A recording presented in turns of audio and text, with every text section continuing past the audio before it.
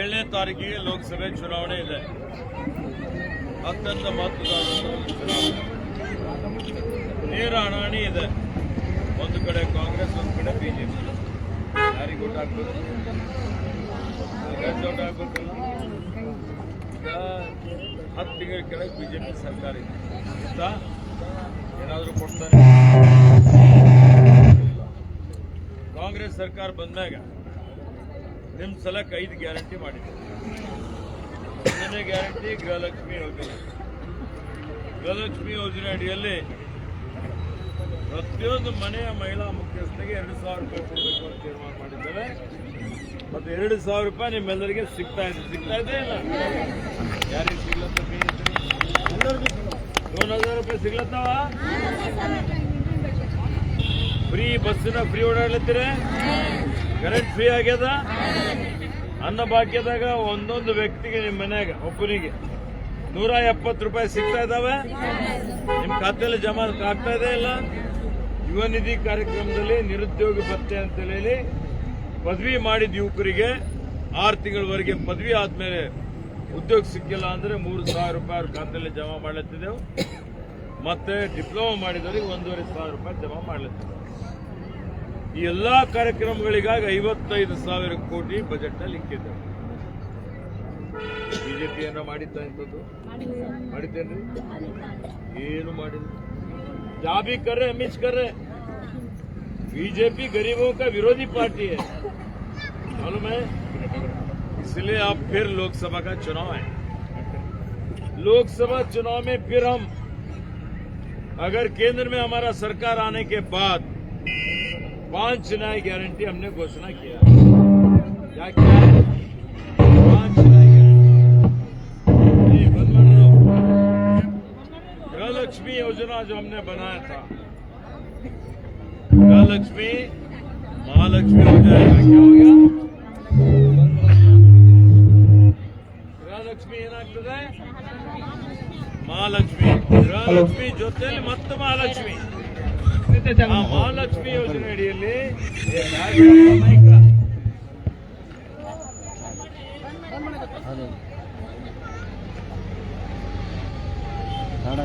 ಲೋಕಸಭೆಯಲ್ಲಿ ನಾವು ಗೆದ್ದ ಮ್ಯಾಗ, ಕಾಂಗ್ರೆಸ್ ಸರ್ಕಾರ ಮಾಡಿದ್ಮ್ಯಾಗ ನಿಮಗೆ ಈಗೇನು 2,000 ಕೊಡ್ತೀವಲ್ಲ ತಿಂಗಳಿಗೆ? ಬಸ್ಸಿಗೆ ಎಷ್ಟಾಯ್ತವ? 24,000. ನಾವು ಮತ್ತೆ ತಿಂಗಳಿಗೆ 8,500, ವರ್ಷಿಗೆ 1,00,000 ರೂಪಾಯಿ ಕೊಡಬೇಕು ಅಂತ ತೀರ್ಮಾನ ಮಾಡಿ. 1,00,000 ಬೇಕಿಲ್ಲಮ್ಮ? 1,00,000 ರೂಪಾಯಿ ಬೇಕಾ ಎಲ್ಲರಿಗೆ? ಬೇಕಂದ್ರೆ ಯಾರಿಗೆ ಓಟ್ ಹಾಕ್ಬೇಕು? ಕಾಂಗ್ರೆಸ್ಗೆ ಓಟ್ ಹಾಕ್ಬೇಕಲ್ಲ. ಮತ್ತು ನಾವೇನ್ ಮಾಡಿದ್ವಿ, ಯುವಕರಿಗೆ ತರಬೇತಿ ಕೊಟ್ಟು ಅಪ್ರೆಂಟಿಸ್ಶಿಪ್ ಟ್ರೈನಿಂಗ್ ಕೊಡ್ತೀವಿ ಅಂತ ಹೇಳಿ ಅವ್ರಿಗೆ 1,00,000 ರೂಪಾಯಿ ಘೋಷಣೆ ಮಾಡಿದ್ದೇವೆ. ರೈತರ ಸಾಲ ಮನ್ನಾ ಮಾಡ್ತೀವಿ ಅಂತ ಹೇಳಿದ್ದೇವೆ. ರೈತರು ಬೆಳೆದಂತ ಬೆಳೆಗಳಿಗೆ ಇವತ್ತು ಕನಿಷ್ಠ ಬೆಂಬಲ ಬೆಲೆ ಘೋಷಣೆ ಮಾಡಲಿಕ್ಕೆ ಕಾಯ್ದೆ ಮಾಡ್ತೀವಿ ಅಂತ ಹೇಳಿದ್ದೇವೆ. ಹೀಗೆ ಇವು ಜಾತಿ ಗಣತಿ ಮಾಡಿ ಸಾಮಾಜಿಕ ನ್ಯಾಯ ಕೊಡ್ತೀವಿ ಅಂತ ಹೇಳಿದ್ದೇವೆ. ಪಂಚ ನ್ಯಾಯ ಉದ್ಯೋಗ ಖಾತ್ರಿ ಯಾರು ಮಾಡ್ತಾರೆ ಕನಿಷ್ಠ ಅವರಿಗೆ ದಿನ 400 ರೂಪಾಯಿ ಕೊಡ್ತೀವಿ ಅಂತ ಘೋಷಣೆ ಮಾಡಿ. 5 ಗ್ಯಾರಂಟಿ. ರಾಜ್ಯದ 5, ಕೇಂದ್ರದ 5. ಆ 5 ಗ್ಯಾರಂಟಿ ಯಾವಾಗ ಬರ್ತಾವ? ಸಾಗರ್ ಕಂಡ್ರೆ MP ಆದ್ರ ಸರ್ಕಾರ ಬಂದಿದೆ.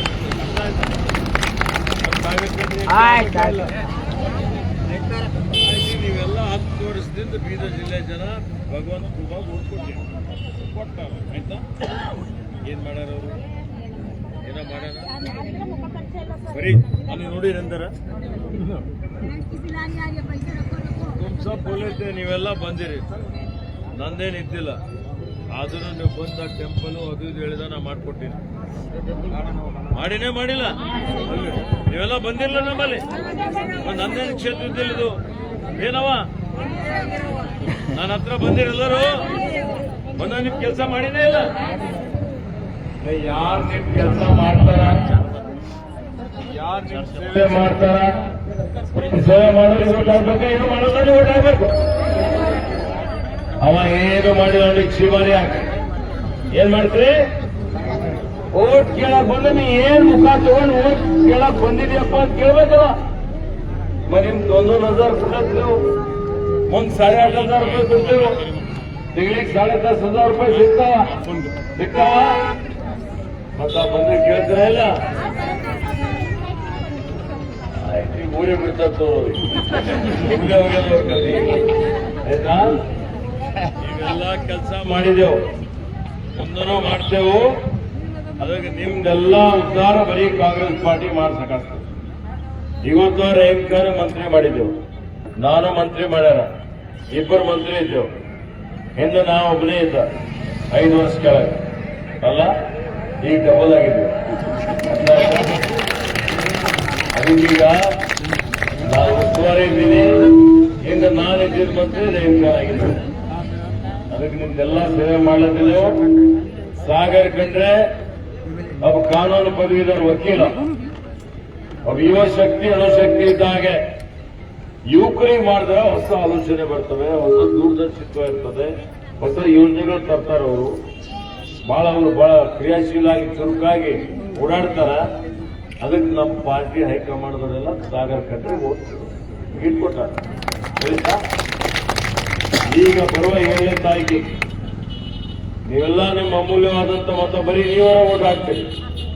ನಿಮ್ ನೆಂಟರು ಹಾಕ್ಸ್ಬೇಕು, ನಿಮ್ ಮನೆಯವ್ರದ್ದು ಹಾಕ್ಸ್ಬೇಕು, ನಿಮ್ ಮಕ್ಕಳದ್ದು ಹಾಕ್ಸ್ಬೇಕು, ನಿಮ್ ಮನೆ ಸುತ್ತಮುತ್ತ ಆಜು ಬಾಜು ಇದ್ದವ್ರದ್ದು ಹಾಕ್ಸ್ಬೇಕು.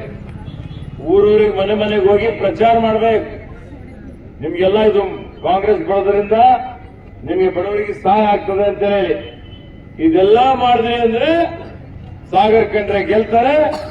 ನಿಮ್ಗೆ ಇನ್ನೂ ಹೆಚ್ಚಿನ ಸೌಲಭ್ಯ, ಹೆಚ್ಚಿನ ಒಂದು ಅಧಿಕಾರ ಸಿಗ್ತದೆ. ಕರೆಕ್ಟಾ? ಇಷ್ಟು ಮಾಡ್ತೀರಿ.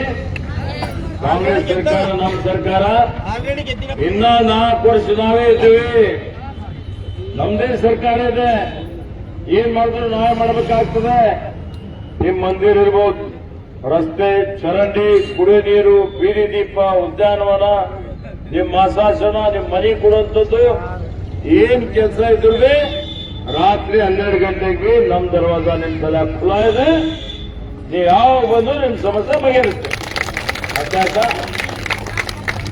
ಇಷ್ಟು ಮಾಡ್ತೀರಿ ಅಂತೇಳಿ ವಿಶ್ವಾಸ ಮಾಡಿ ನಿಮ್ಮೆಲ್ಲರ ಸಹಕಾರ, ಆಶೀರ್ವಾದ ಸಾಗರ್ ಕಂಡ್ರೆ ಅವ್ರ ಮೇಲೆ ಇರಲಿ. ಅವರ ಕ್ರಮ ಸಂಖ್ಯೆ 3 ಇದೆ. ಏನು? 3ನೇ ನಂಬರ್. 3 ನಂಬರ್ ಮೇಗಿದೆ. ಚಿಹ್ನೆ ಯಾವ್ದಿದೆ? ಕೈ ಎತ್ತರಿ, ಕೈ ಕೈ ಕೈ ಕೈ ಎಲ್ಲ ಯಾವ್ದಿದೆ? हाथ है, बराबर है, बराबर. क्या बोले? अरे ठीक है. ನಮ್ಮ ಬೆಂಗಳೂರೆಲ್ಲ ನಾಯಕರುಗಳು ಬಂದಾರೆ, ದೊಡ್ಡ ದೊಡ್ಡ ನಾಯಕರು, ಅಧ್ಯಕ್ಷರುಗಳಿದ್ದಾರೆ. ಅರ್ಥ ಆಯ್ತಾ? ನನಗೆ ಮತ್ತೊಂದು ಕಾರ್ಯಕ್ರಮ ಹೋಗೋದಿದೆ. ರೇಣುಕಾ ಮಾತಾಡಿ ಮುಂದುವರಿಸ್ತಾರೆ. आगे जाएंगे तो पकड़ के बनाते हैं. ಒಳ್ಳೆ MLA ಸಿಕ್ಕಲ್ಲ. ಅದಕ್ಕೆ ಮಾಡಿದವರು MLA ಮಾಡಿ ಅವ್ರು ಬಂದಿರು. ಯಾರಿಗೋ ಮಿನಿಸ್ಟರ್ ಮಾಡ, ನಾನು ಮಿನಿಸ್ಟರ್ ಮಾಡಿ ಅಂತ ಬಂದಿರು. ಅವ್ರದ್ದೆಲ್ಲ ಖುಲಾಸು, ಅವ್ರಿಗೆ ಮಂತ್ರಿ ಅವರು. ಅದಕ್ಕೆ 7ನೇ ತಾರೀಕಿಗೆ ಮುಂಜಾನೆ 7 ಗಂಟೆಗೆ ಚಾಲು ಆಯ್ತದ ಮತದಾನ. ಫ್ರೆಶ್ ಆಗಿ 7 ಗಂಟೆಗೆ ಲೈನಲ್ಲಿ ನಿಂತು ಬೇರೆಯವರಿಗೆಲ್ಲ ಕರ್ಕೊಂಡು ಬಂದು 11 ಗಂಟೆ ಒಳಗೆ ಎಲ್ಲ ಹಿರಿಯರನ್ನೆಲ್ಲ ವೋಟಿಂಗ್ ಮಾಡಿಸ್ಬೇಕು. ನೀವು ಮತದಾನ ಹಾಕ್ಬೇಕು. ಬಿಸಿಲು ಬಹಳ ಇದೆ. ಅದಕ್ಕೆ ಈಗ ಹನುಮಂತನ ಕ್ಷೇತ್ರದ ಹನುಮಂತನ 24 ಗಂಟೆ ನಮ್ಮ ಸೇವೆದಾಗಾರ ಅವರು. ನಾವೆಲ್ಲ ಹೋದೇವಲ್ಲ ಹನುಮಂತ ವಿನೋದಪ್ಪ ಬಿಡೋದೇ ಇಲ್ಲ ಎಲ್ಲ ಕಡೆ. ಈಗ ಅದಕ್ಕೆ ಅವ್ರಿಗೆ ಏನ್ ಬೇಕು ಡೆವಲಪ್ಮೆಂಟ್ ಅವ್ರಿಗೆ ಎಷ್ಟು ದುಡ್ಡು ಬೇಕು ಅಂತ ದುಡ್ಡು ಕೊಡ್ತೇವೆ ನಾವು. ಹೆಚ್ಚು ಮಾಡೋದು ಕಾಂಗ್ರೆಸ್ ಕೋಟ್ ಹಾಕ್ರಿ. ಇವತ್ತು ಕಾಂಗ್ರೆಸ್ಗೆ ಮತ ನಿಮ್ಮೆಲ್ಲರ ಹಿತ. ಅರ್ಥ ಆಯ್ತಾ?